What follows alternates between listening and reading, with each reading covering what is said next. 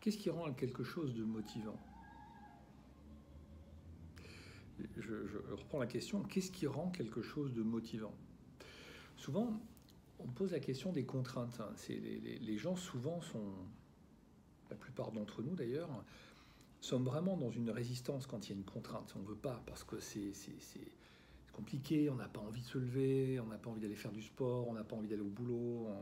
La notion de contrainte, très très présente dans notre société, dans notre civilisation. Pourquoi? Parce qu'on a le choix. Si on n'avait pas le choix, est-ce que réellement la contrainte serait une contrainte? C'est intéressant en tout cas de se poser la question sur qu'est-ce que pour moi la contrainte?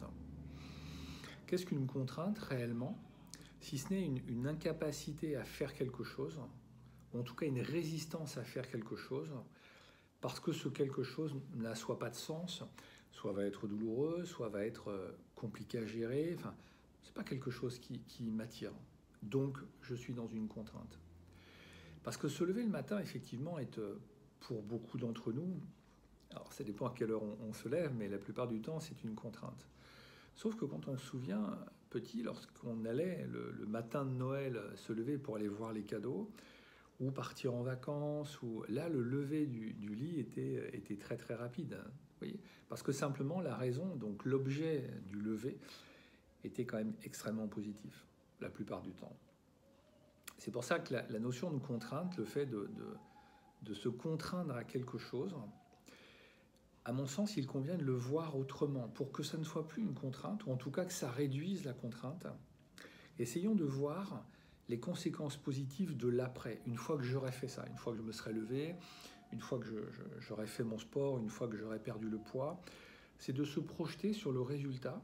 Pour pouvoir trouver l'objet motivant, l'objet motivationnel, il faut que je me projette sur quelque chose de positif. D'accord? Une contrainte n'existe simplement que par les résistances qui la constituent. Pourquoi? Parce que c'est une action, je dois faire quelque chose. Mais ça me contraint, je suis obligé de la faire. D'accord? Donc il y a une action qui est là, qui est un fait, simplement un fait, on peut considérer le fait technique, et je vais mettre une charge émotionnelle dessus. Ça me casse les pieds, j'ai vraiment pas envie, voilà.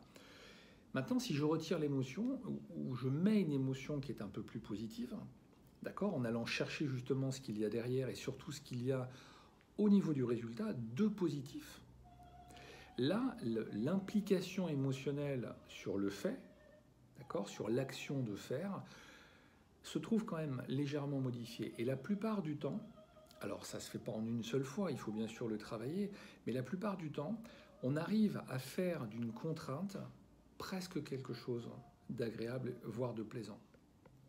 Donc à chaque fois que vous êtes dans un système de contrainte, prenez 2 secondes, posez-vous, essayez de projeter l'aspect positif du résultat, ce que ça va vous apporter en termes de résultat. Parce que c'est là, c'est à ce moment-là, quand vous allez ressentir quelque chose de positif, que vous allez pouvoir donner du sens à cette action, justement. Je vais pouvoir le faire. Oui, c'est difficile parce qu'il faut que je perde du poids, parce que c'est chiant, parce que je ne vais pas manger ou mal manger pendant X temps. Mais après, je vais vraiment me sentir bien. Après, je vais vraiment me ressentir bien.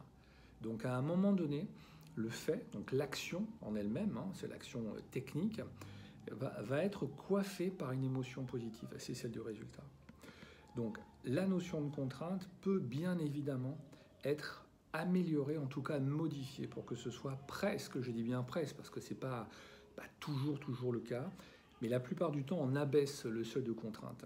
Et dites-vous qu'à chaque fois que l'on fait quelque chose avec une contrainte, on est vraiment dans le dur, le résultat sera la plupart du temps négatif. D'accord? Donc pensez vraiment à aller générer de l'esprit positif dans une action, de l'émotion positive pour pouvoir faire que ce ne soit plus une contrainte. Prenez soin de vous, n'hésitez pas à vous abonner sur ma chaîne YouTube. À très bientôt. Au revoir.